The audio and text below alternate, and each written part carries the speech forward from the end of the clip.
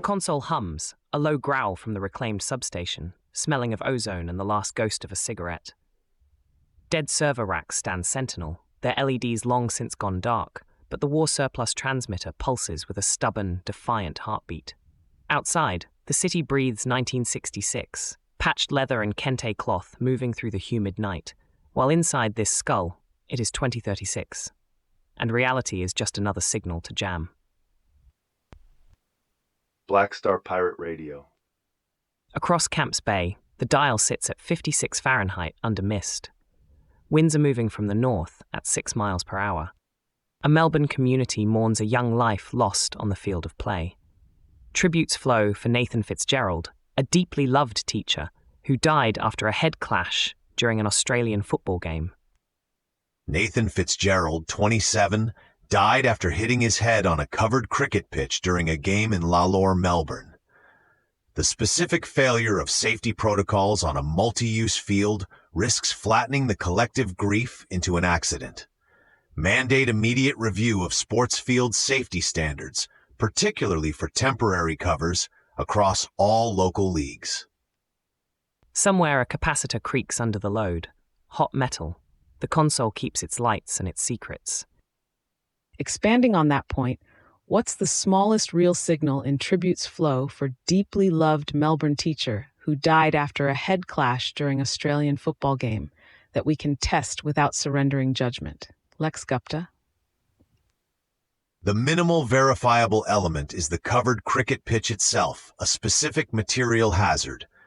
The risk is that inadequate TogeeVision.com assessment for combined usage creates a blind spot for player safety.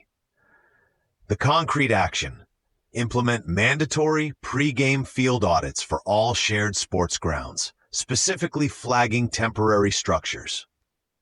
Adding one braid, the deeply loved narrative, while true, risks deflecting from the systemic responsibility for this 27-year-old's death.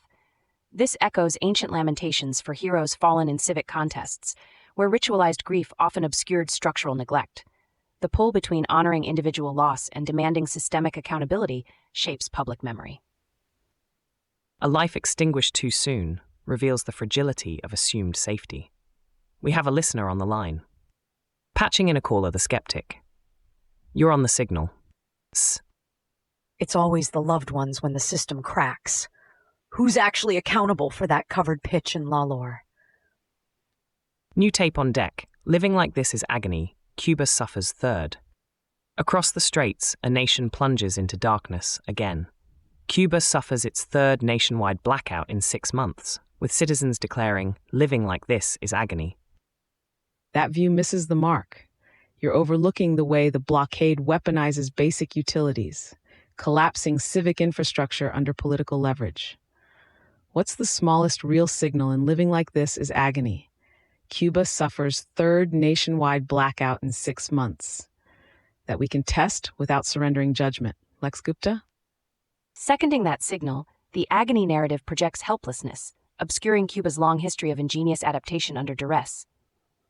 This repeats the ancient siege tactic of cutting off vital supplies, a pattern of power over people. The pull between national sovereignty and humanitarian access defines this ongoing crisis. External pressures reveal the breaking points within any system. There's a caller on the line. 3 blackouts. Is this just politics or a slow-motion collapse for the entire country? That's a sharp distinction, caller. When foundational systems fail repeatedly, the lines blur between policy pressure and structural decay. The cascading impact on daily life isn't just a political talking point, it's a lived reality shaping the island's future. Faint static crackles, a momentary ripple across the broadcast. From the grid to the ground, the struggle for resource autonomy plays out. Switching gears across the channel, a dispute heats up over digital data.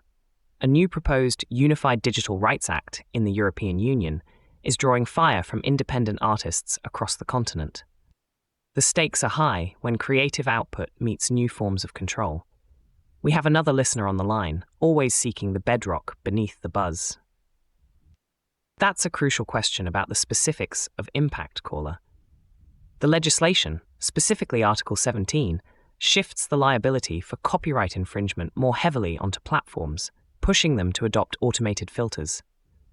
The trade-off is often a preemptive filtering of legitimate transformative content, affecting artists' visibility and fair use rights, particularly in places like Berlin's vibrant remix culture. The experiment here: establish local digital rights clinics in cities like Berlin to provide direct legal counsel and collective bargaining power for artists facing platform overreach.